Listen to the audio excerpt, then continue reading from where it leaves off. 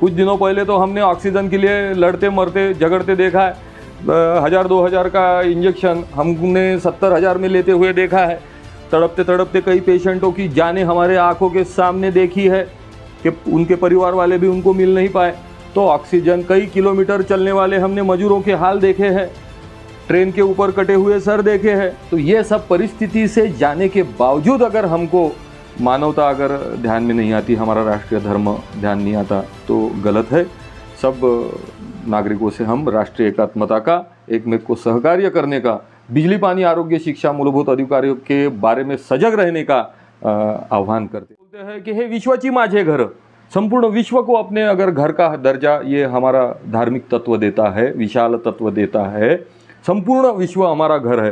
तो विश्व के घर में रहने वाले हर जाति धर्म के, पक्ष पंथ के, ऊंच नीच, गरीब अमीर सभी हमारे परिवार के सदस्य हैं। अगर हिंदुत्व के व्याख्या के दृष्टिकोण से अगर देखा जाए तो फिर उनमें भेदाभेद करना, जगत गुरु तुकाराम महाराज बोलते भेदाभेद अमंगल है।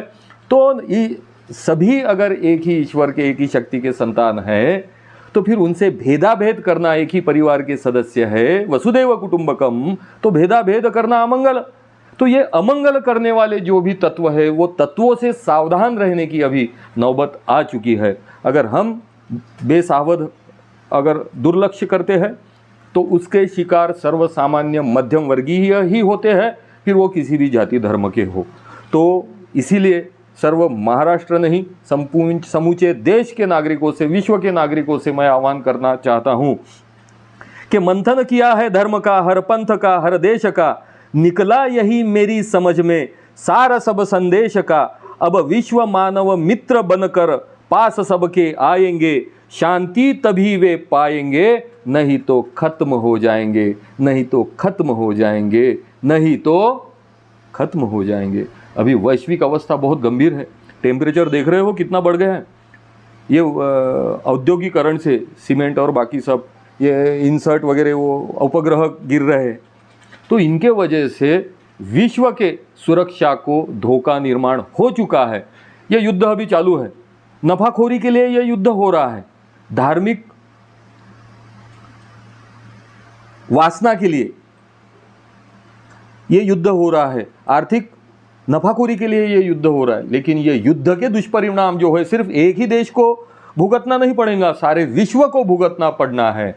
इसीलिए परिवार के सारे सदस्यों ने, सारे विश्व के सारे घटकों ने अभी ये सारी चीज़ों के ऊपर गंभीरता से विचार करना ज़रूरी है। हम तो हमारे राष्ट्रीय प्रार्थना में बोलते हैं कि है प्रार्थना गुरुदेव से यह स्वर्ग सम संसार हो। हमारे प्रार्थना में हम ये नहीं बोलते कि सब हिंदू मुस्लिम सिख ईसाई ये विख्यात हो, प्रख्यात हो, सक्षम हो। हाँ, है प्रार्थना गुरुदेव से, यानी ईश्वर अल्लाह गॉड से है प्रार्थना गुरुदेव से यह स्वर्ग सम संसार हो, रहे उच्चतम विचार और परमार्थमय व्यवहार हो, ना हम रहे अपने लिए, हमको सभी से गर्ज है। गुरुदेव टुकड़िया कहे ये जो सोचने का फर्ज है, टुकड़िया कहे आदेश दे जो सोचने का फर्ज है। यानी गुरु परमात्मा से, अल्लाह गॉड ईश्वर जी से प्रार्थना कर रहे राष्ट्र संत कि ये जो आदेश दे कि ये सोचने का फर्ज है।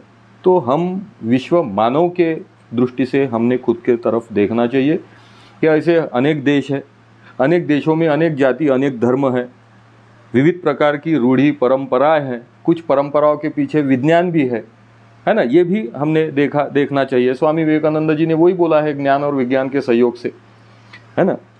तो इसी प्रकार की हमारी राष्ट्रीय एकात्मता मेंटेन करते हुए, राष्ट्रीय एकात्मता बांधते हुए, एकमेक का साथ देते हुए, अभी परिस्थिति बहुत गंभीर है। कुछ दिनों पहले तो हमने ऑक्सीजन के लिए लड़ते मरते झगड़ते देखा है।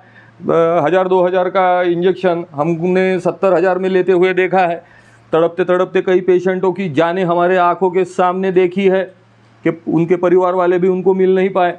तो ऑक्सीजन कई किलोमीटर चलने वाले हमने मजदूरों के हाल देखे हैं, ट्रेन के ऊपर कटे हुए सर देखे हैं। तो ये सब परिस्थिति से जाने के बावजूद अगर हमको मानवता अगर ध्यान में नहीं आती, हमारा राष्ट्रीय धर्म ध्यान नहीं आता, तो गलत है। सब नागरिकों से हम राष्ट्रीय एकात्मता का, एक में को सहकार्य करने का, बिजली पानी आरोग्य शिक्षा मूलभूत अधिकारों के बारे में सजग रहने का आह्वान करते हैं। जय हिंद, जय गुरुदेव।